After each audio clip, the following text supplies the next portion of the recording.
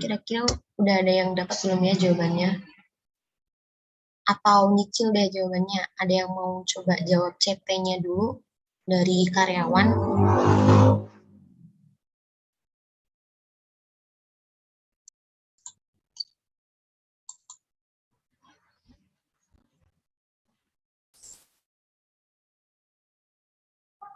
Ada nggak nih teman-teman? Lumayan nih buat nambah nilai keaktifan.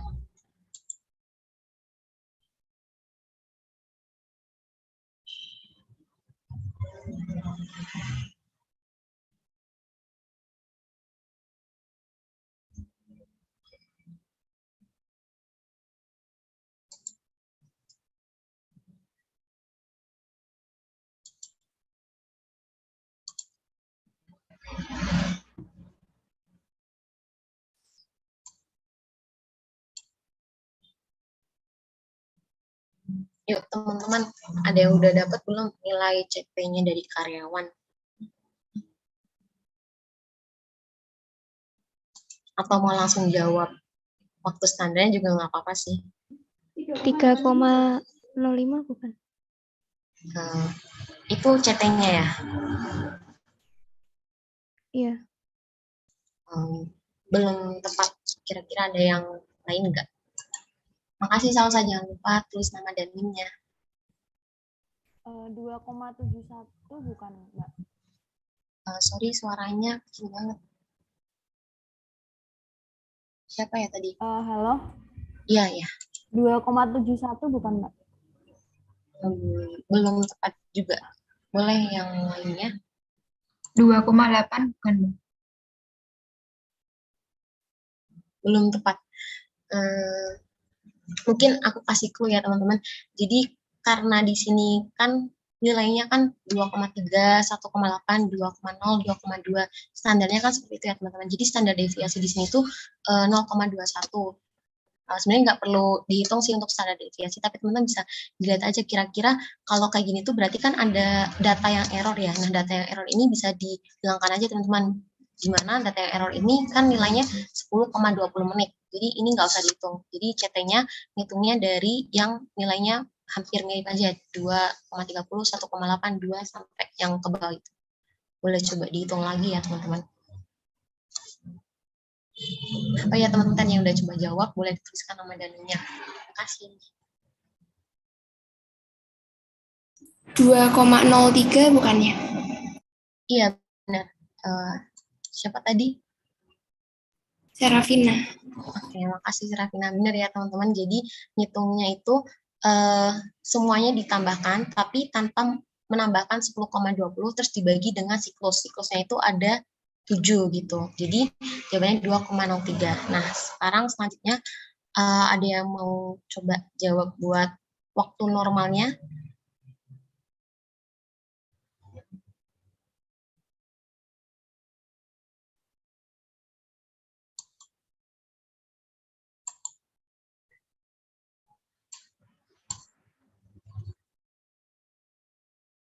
Jadi waktu normalnya itu dari yang karyawan ditambahkan dengan yang mesinnya.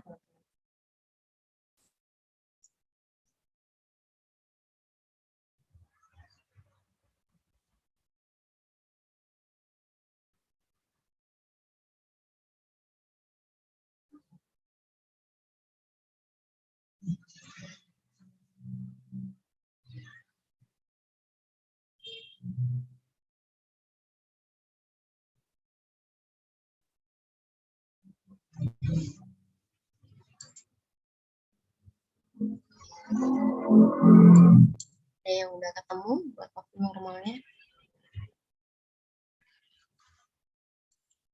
2,55. Kurang tepat. Ada yang lain mungkin? 2,63 bukan ya, Mbak? Iya benar. Itu perhitungannya gimana ya? Boleh coba dikasih tahu ke teman-temannya. Tadi yang jawab siapa ya? Anggun ya? Ya. Kalau saya perhitungannya itu kan tadi udah dijawab ya, Mbak. Yang karyawan itu kan 2,03. Nah, itu kan RF-nya itu kan 90%. Jadi dikali dulu 90%. Terus nanti ditambah mesinnya itu kan standar deviasinya kan itu 100%. Jadi tetap 0,8, jadi tinggal 2,03 dikali 90% ditambah 0,8. Oke, benar. Makasih Anggun. Oke. Teman-teman tadi yang pertama jawab sebelum Anggun boleh dituliskan nama dan NIM-nya juga ya. Terus selanjutnya buat waktu standarnya nih, karena tadi CT-nya udah diketahui, NT-nya juga diketahui, waktu cadangannya juga udah diketahui, tinggal di dalam bentuk persen atau dibagi dengan 8 jam itu ada yang mau coba jawab?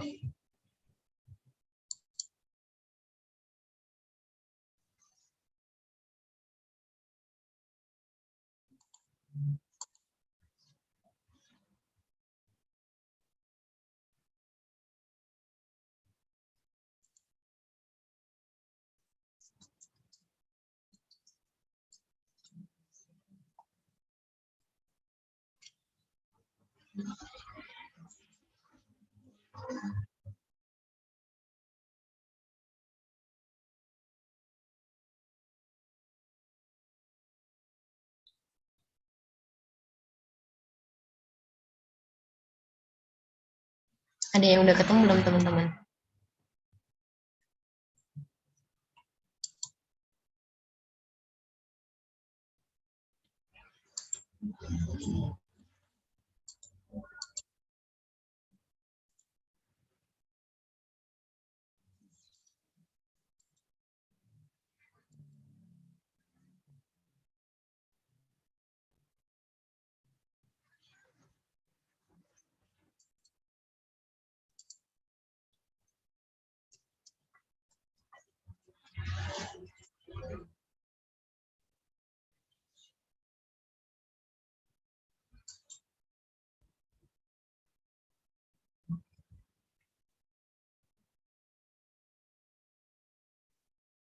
Ada yang mau coba?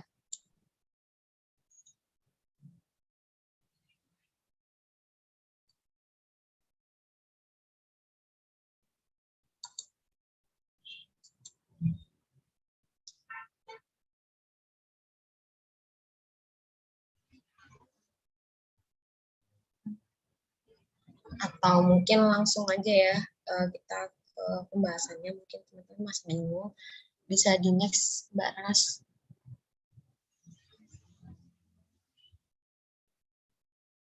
Oke, jadi gini ya teman-teman buat perhitungannya. Tadi kan CT-nya udah diketahui 2,03 didapatkan dari pertambahan dari semua waktu yang dibutuhkan oleh karyawan dibagi dengan siklusnya, karena ada 7 siklus, itu didapatkan 2,03. Kemudian untuk CT mesinnya kenapa 0,80? Karena semua waktu yang dibutuhkan untuk mesin itu sama, yaitu 0,80. Jadi rata-ratanya didapatkan 0,80. Kemudian untuk waktu normalnya itu didapatkan dari waktu normal mesin ditambah dengan waktu normal karyawan. Waktu normal karyawan itu CT dikalikan dengan RF-nya. RF-nya 0,90. Jadi 2,03 dikali 0,90 ditambahkan dengan waktu normal mesin, yaitu 0,80 dikalikan dengan RF dari mesin, yaitu 100, sama dengan 2,63. Kemudian untuk waktu standarnya itu menggunakan pendekatan yang kedua tadi, karena lebih aktual. Gitu ya teman-teman. Itu didapatkan dari NT dibagi 1 min waktu cadangan.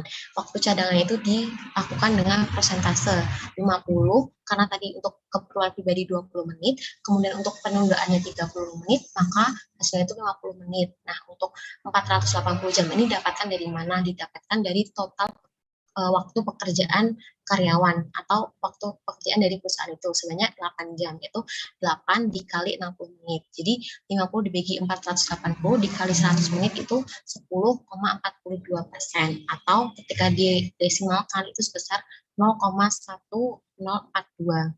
Jadi bisa disimpulkan bahwa hasilnya untuk waktu standar yang didapatkan adalah 2,94. Kira-kira ada yang mau ditanyakan dulu nggak teman-teman dari waktu normal dan waktu standar?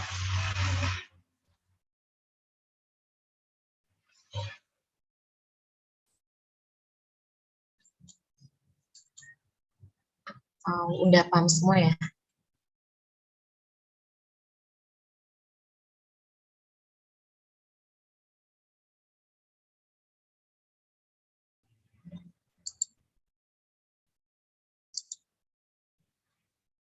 Ada yang mau ditanyakan?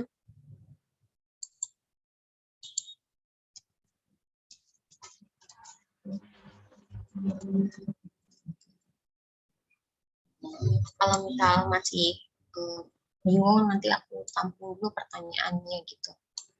Atau bisa dilanjut ya mungkin ke Mbak Raras. Silakan Mbak Raras. Oke, terima kasih Napna.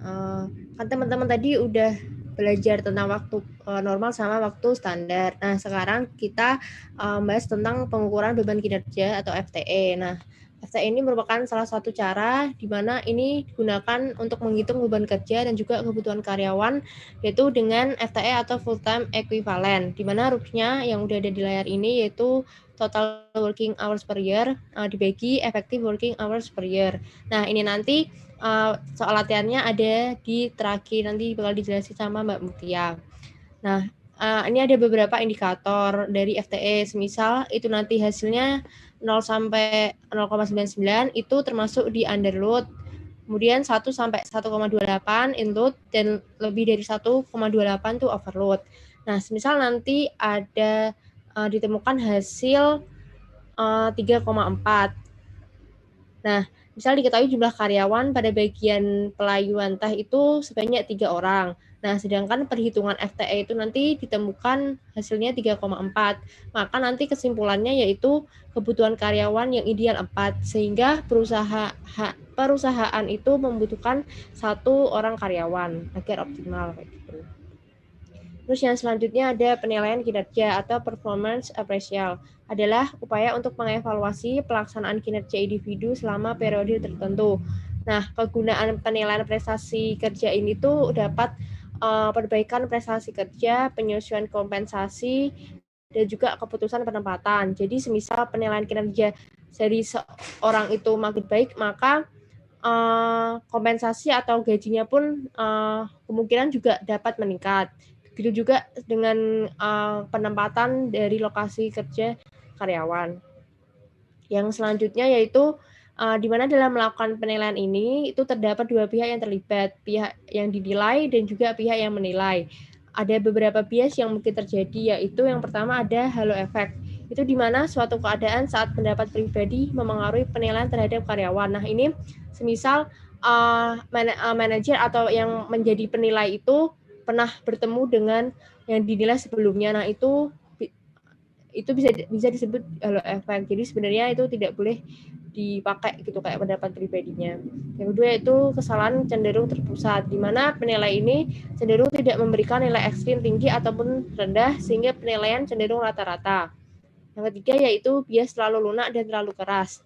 Terlalu lunak ini berarti di mana penilai terlalu murah memberikan penilaian, dan terlalu keras itu saat penilai terlalu ketat memberikan penilaian. Yang keempat yaitu prasangka pribadi, di mana ini terbentuk ketika penilai ini melibatkan kecenderungan pribadi terhadap penilaian seorang. Misalnya kayak jenis kelamin, senioritas, kesukaan agama, ras, dan kesamaan kelompok ataupun status sosial. Yang terakhir yaitu pengaruh kesan terakhir, di mana ini bisa jadi karena kejadian terdekat yang melibatkan dua pihak tersebut, baik itu kejadian yang baik maupun kejadian yang buruk. Yang selanjutnya yaitu metode-metode penilaian. Ini yang pertama ada rating scale. Nah, ini dikenal juga dengan nama skala bertingkat. Itu berupa suatu daftar yang berisi tentang sifat atau ciri-ciri tingkah laku yang ingin dinilai, yang sudah sesuai dengan kriteria dan mau dinilai, dan nanti ini dicatat secara bertingkat dimulai dari nilai terendah hingga nilai yang tertinggi. Jadi kalau rating scale itu kita menilainya pakai skala rating, yaitu dari tertinggi dan ke terendah ke tertinggi. Yang kedua yaitu checklist. Checklist ini dengan cara menandai ketercapaian indikator tertentu dengan tanda-tanda khusus. Mungkin bisa centang atau di bulat gitu. Yang ketiga yaitu metode peristiwa kritis. Dalam metode ini, penilai ini membuat catatan yang berisi contoh-contoh kebaikan yang tidak umum dan tidak dilakukan dengan waktu yang pasti. Kemudian penilai ini mengulasnya dengan karyawan pada waktu yang telah ditentukan sebelumnya. Yang keempat yaitu field review method, di mana tenaga ahli yang diwakilkan dari personalis turun ke lapangan dan membantu para atasan langsung dalam penilaian mereka. Nah, tenaga ahli ini mendapatkan informasi khusus dari atasan langsung tentang prestasi kerja karyawan. Yang selanjutnya yaitu tes dan observasi prestasi kerja. Nah, teman-teman ada yang mau mencontohkan atau menjelaskan tentang tes dan observasi prestasi kerja ini contohnya kayak gimana nggak?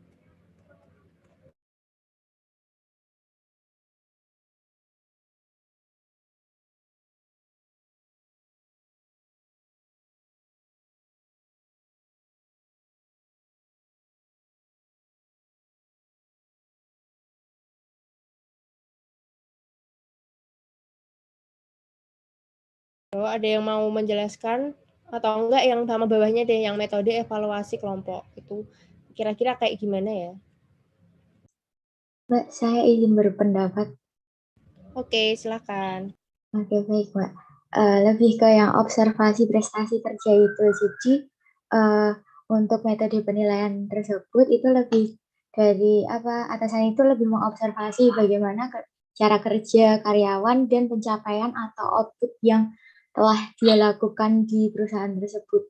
Jadi bisa menjadikan sebuah metode penilaian untuk dia.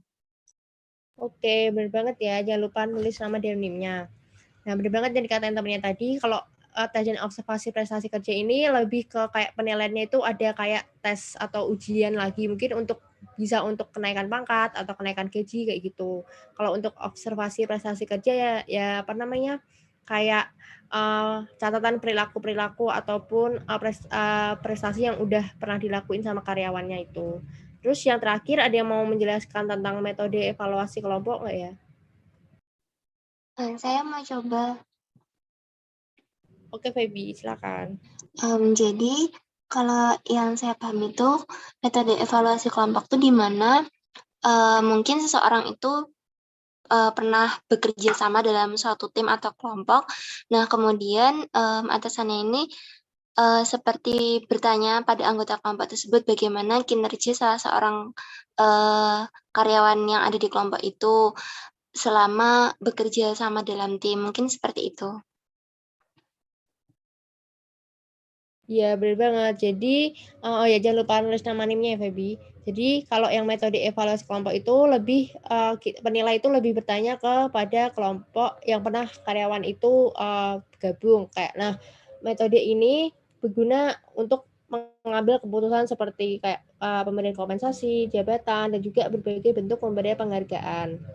Nah, selanjutnya, oke, mungkin buat soal latihan, saya berikan kepada Mbak Mutia. Apakah Mbak Mutia ada di sini? Saya share screen sendiri ya, Mbak. Oke, Mbak, aku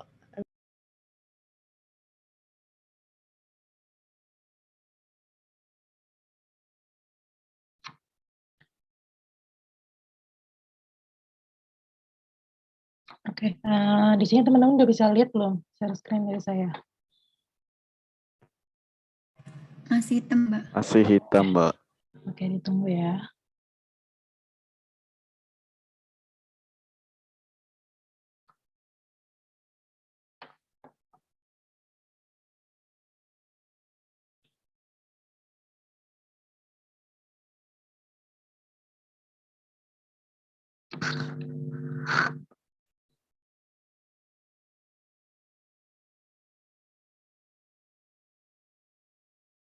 Udah ada belum? Sudah terlihat, Mbak. Oke, langsung aja ya teman-teman. Ya, ini hitam lagi nggak? Enggak ya?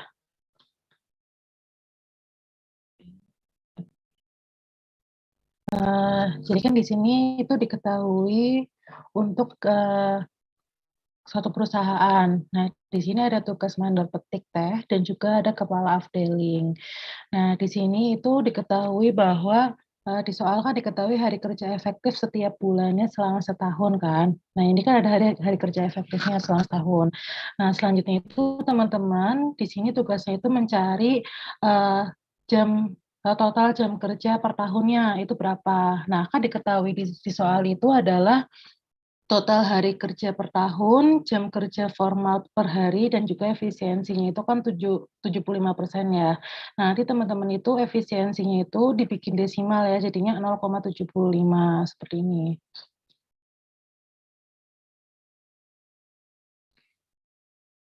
Nah, terus juga total hari kerja per tahunnya kan udah diketahui 261 di sini. Dan juga jam kerja formal per harinya itu adalah 7 jam ya teman-teman yang kalau yang diketahui di soal harus per year-nya atau total jam kerja per tahunnya. Nah, total jam kerja per tahun ini diketahui dari pengalian antara total hari kerja per tahun, jam kerja formal per hari, dan juga efisiensi. Jadi diketahui ini hasilnya berapa, seperti itu teman-teman. Di sini udah paham belum? Udah paham belum ya? Untuk mencari total working hours per year-nya.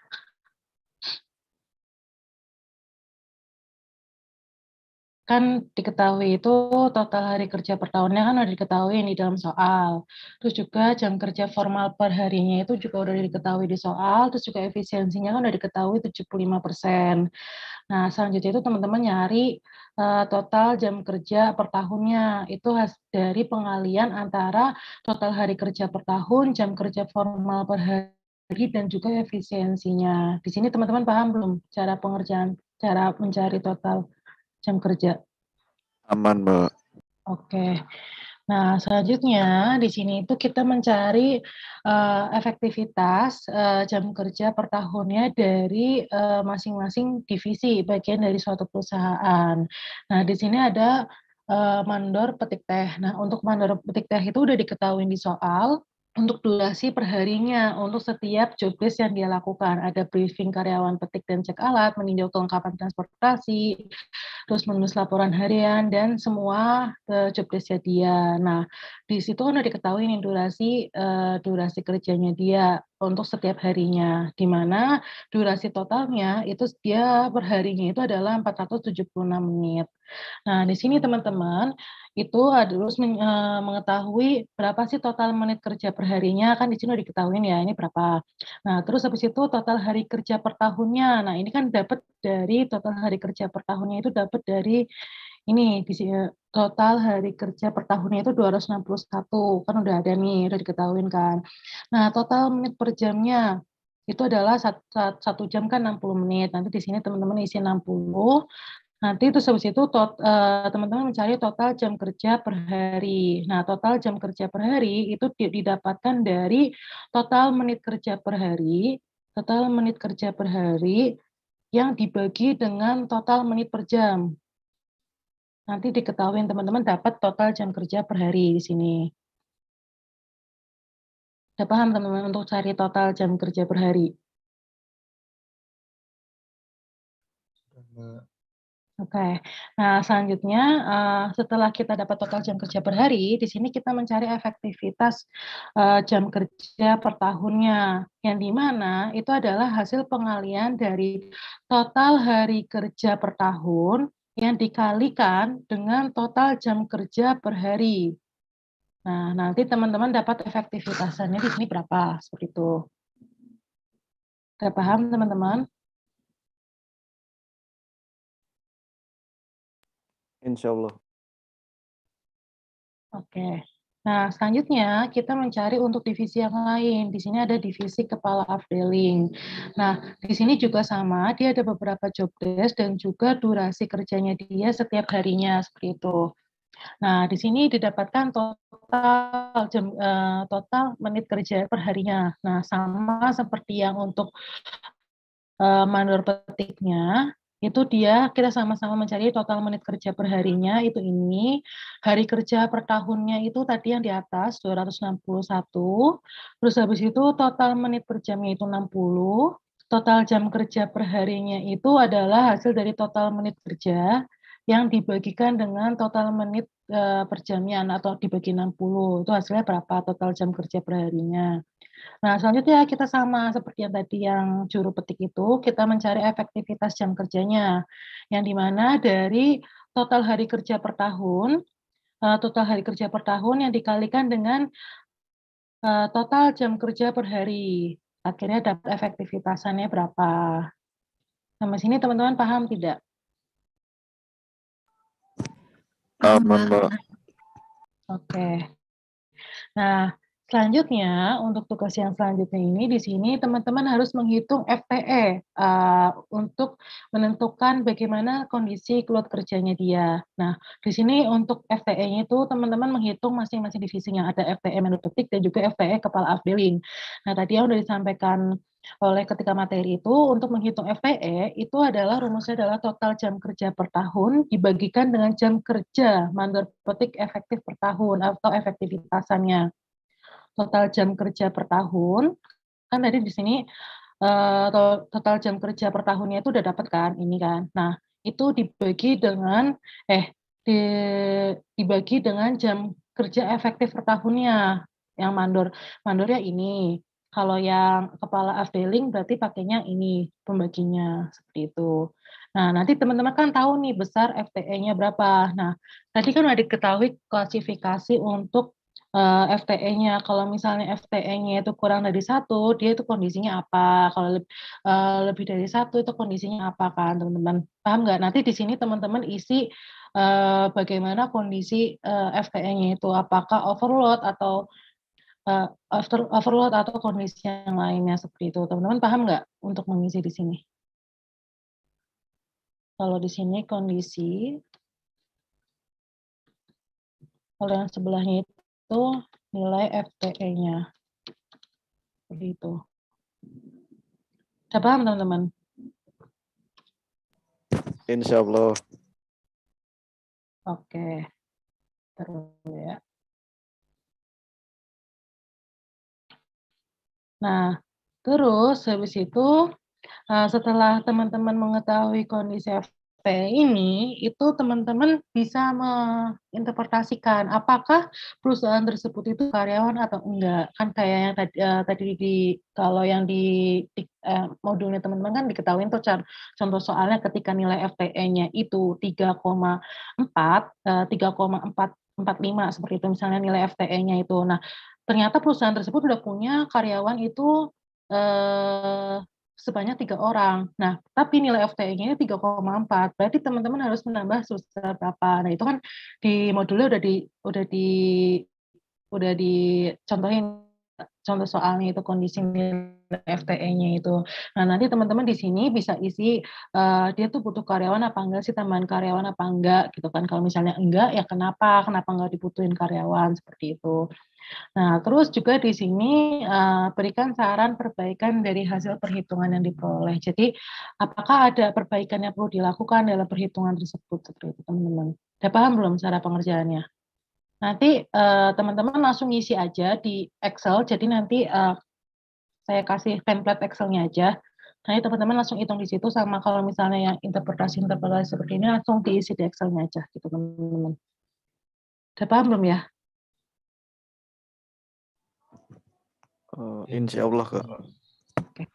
Apa ada yang ingin bertanya nggak untuk terkait tugas ini?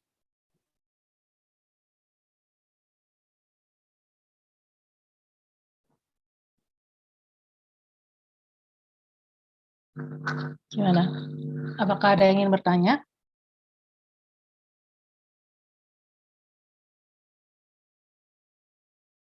Ada yang ingin bertanya nggak, teman-teman?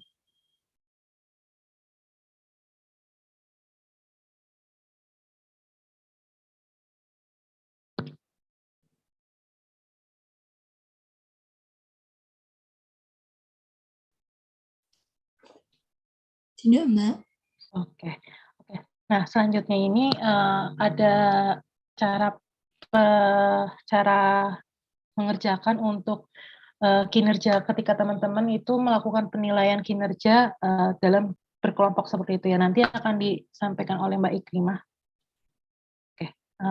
Mungkin cukup aja untuk penyampaian penugasan ini. Nanti kalau teman-teman ada yang ingin ditanyakan bisa langsung ke private chat di ini ya, di classroom-nya itu waktu mau submit tugas di kolom submit tugas ya, gitu. Oke, cukup sekian. Apabila itu terkait yang kurang-kurang, saya minta maaf. Terima kasih.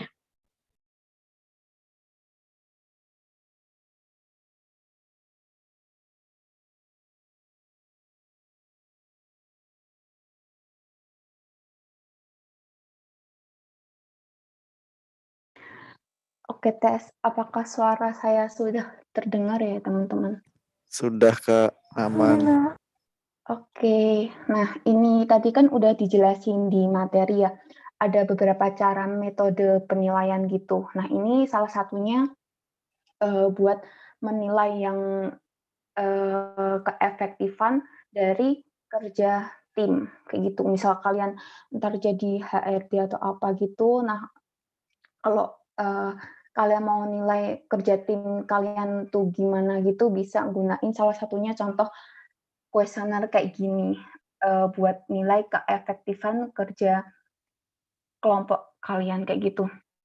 Nah sebenarnya ini ntar nggak dinilai ya, cuma ngasih tahu kalian gitu cara cara ngisinya tuh gimana gitu buat bekal besok kalau misalnya kalian butuh tentang ini gitu. Tapi ntar kalian juga tetap disuruh buat kumpulin gitu. Tetap kalian kerjain kuesioner ini, caranya itu kayak gini. Mungkin bisa di bawahnya Mbak Raras. Nah, buat ngerjainnya itu aku kasih contoh 1, 2, nomor 2 ya misalnya. Nomor 2 itu kan artinya anggota tim itu jelas memahami peran mereka. Nah, ini ntar kalian asumsikan aja kelompok yang pernah kalian ikutin. Ntar di judul itu kalian kasih tambahan nilai keaktivitasan tim pas kalian kerja kelompok di kelompok apa kayak gitu aja. Biar ngasih tahu kita oh kelompok yang pernah kalian ikutin ini gitu. Jadi kalian nilainya berdasarkan kelompokan yang pernah kalian ikutin gitu aja. Nah, ini contoh yang nomor 2 itu kan anggota tim dengan jelas memahami peran mereka. Nah, berdasarkan dari pengalaman kelompok kalian, anggota tim kalian tuh jelas nggak memahami peran dari masing-masing yang udah ditugasin gitu. Kalau misalnya anggota tim kalian tuh jelas, masing-masing udah jelas memahami peran mereka itu, kalian milih yang 5 itu sangat setuju, terus yang 4 itu setuju, yang 3 itu netral, terus yang 2 itu tidak setuju, dan yang 1 itu sangat tidak setuju, kayak gitu. Nah, untuk contoh yang lain itu juga sama, nomor 1 sampai ke bawah. Dan ntar dari udah kalian pilih tuh, udah kalian centang-centang atau kalian lingkarin atau kalian apa terserah, yang penting ntar ada angka yang kalian pilih gitu kan. Ntar di akhir tuh kalian ituin tulis angkanya sesuai pengelompokan ini, nomor misal tujuan di bagian tujuan kan ada nomor 1, 9, 17, 25, 3, 4, 1, 49 gitu ya. Nah, itu kalian lihat jawaban kalian masing-masing dari nomor 1, 9 sampai ini 49 itu tuh kalian milih berapa, misalnya nomor 1 kalian milih 5 skornya, nomor 9 4, nomor 17 1, nomor 25 3, dan seterusnya, itu kalian total, terus kalian rata-ratanya itu dibagi sesuai jumlah itunya.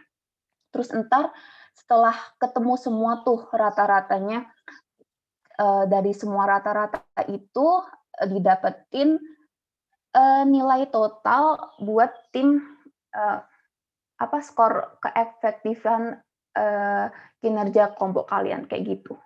Dari penjelasan saya, apakah ada yang kurang jelas?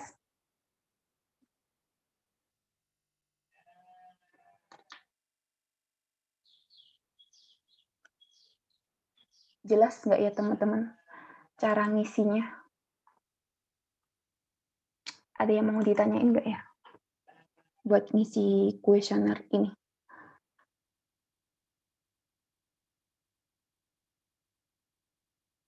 Mbak mau tanya, Ya, tadi maksudnya kita nilai kelompokan yang mana ya, Mbak?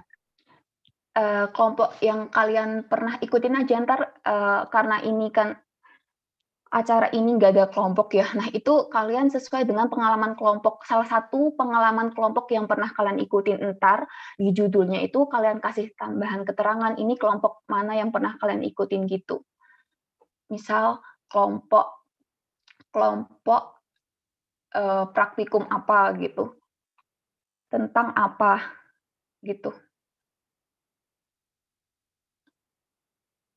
Di bagian atas ya berarti nulisnya. Iya, di bagian judulnya. Oke, terus ada minimal jumlah per kelompoknya nggak sih Mbak kalau kayak gitu? Enggak, bebas aja sih. Ini cuma ngajarin kalian gimana cara nilai keefektifan tim gitu. Buat ngasih tahu. Ada pertanyaan lagi?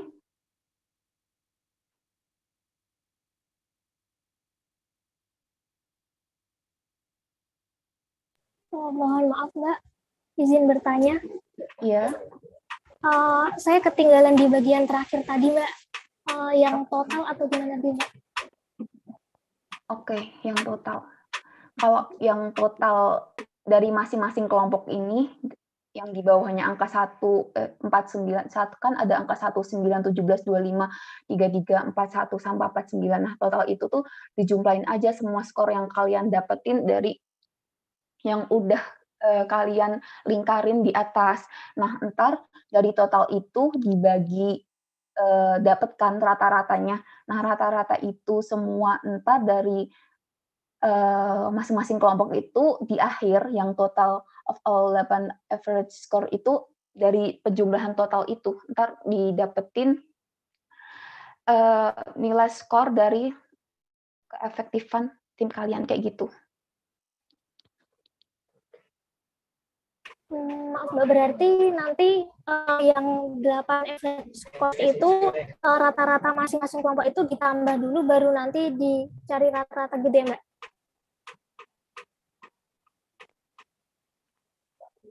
Gimana?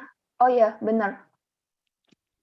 Jadi masing-masing dari itu kan ada purpose, terus ada roles, ada tim itu kan dijumlah terus dicari rata-ratanya. Terus dari rata-rata masing-masing itu baru dijumlah lagi. Didapetin total rata-rata dari kedelapannya itu. Kayak gitu. Baik Mbak, terima kasih Mbak. Oke, sama-sama. Ada pertanyaan lagi nggak ya? Mbak mau tanya lagi dong. Oke, silahkan. Aku mau tanya kalau tim effectiveness score itu ada interpretasinya nggak ya Mbak? Kalau misal nih nilainya 80 berapa itu interpretasinya baik, terus kalau berapa interpretasinya buruk gitu-gitu ada nggak ya Mbak? Oh, ini setahu saya itu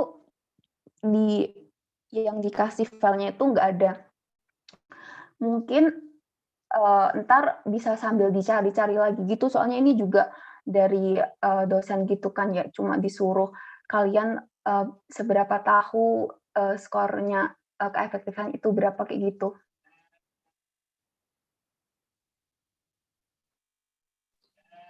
Tapi kalau tahu skornya doang tapi nggak tahu interpretasinya kayak bingung gitu Mbak, itu jadi tim kita tuh seberapa efektifnya gitu loh. Iya benar-benar. Ntar mungkin kalau saya ketemu itunya kan ya, skor efektivitasan yang itunya, skalanya berapa sampai berapa, saya tambahin di notes di bagian penugasan gitu. Kayak gitu. Oke Mbak, makasih banyak. Oke, sama-sama. Apakah ada pertanyaan lagi nggak ya?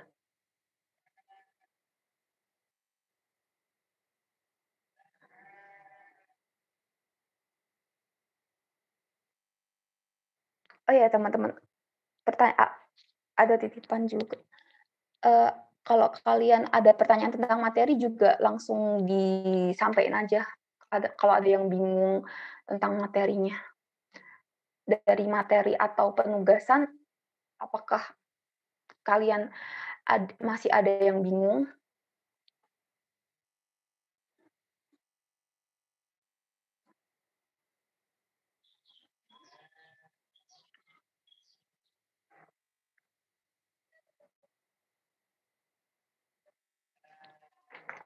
Ada nggak ya?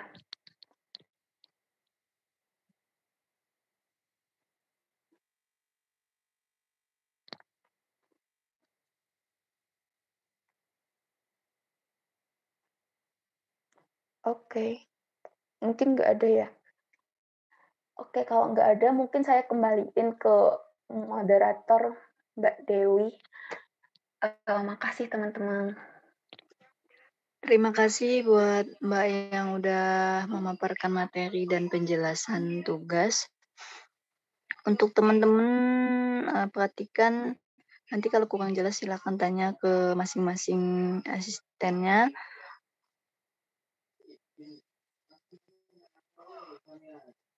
Ini kita akan mengadakan tes